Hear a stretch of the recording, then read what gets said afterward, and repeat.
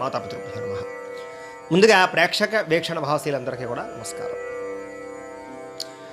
వృశ్చిక రాశి వారికి సంబంధించినటువంటి సంపూర్ణ జీవితం అంటే వృశ్చిక రాశి వారు పుట్టినప్పటి నుంచి కూడా మరణించే వరకు కూడా ఏ రకంగా ఉంటారు, ఏ రకంగా వ్యవహరిస్తారు, వీళ్ళ ఆలోచనలు గుణగణాలు ఎలా ఉంటాయి, వీళ్ళకి కలిసి వచ్చేటువంటి రంగులు ఏమిటి, వీళ్ళకి కలిసి వచ్చే నెంబర్లు ఏమిటి, ఇలాగా సంపూర్తిగా వీళ్ళ జీవితానికి సంబంధించినటువంటి స్వరూప స్వభావ లక్షణాలు ఎలా ఉంటాయి అనేటటువంటి సంపూర్తి విషయాలు ఇప్పుడు మనం తెలుసుకునే ప్రయత్నం చేద్దాం.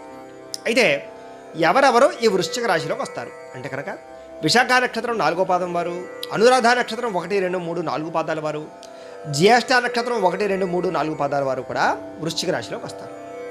అయితే మీ పేరులో ఒకవేళ కనుక మీకు జన్మ నక్షత్రం లేకపోయినా, డేట్ ఆఫ్ బర్త్ గుర్తు లేకపోయినా, పేరుని బట్టి చూసుకునే వాళ్ళు ఉంటే కనుక మీ పేరులో మొట్టమొదటి అక్షరం తో, నా, నీ, ను, నే, నో, యా,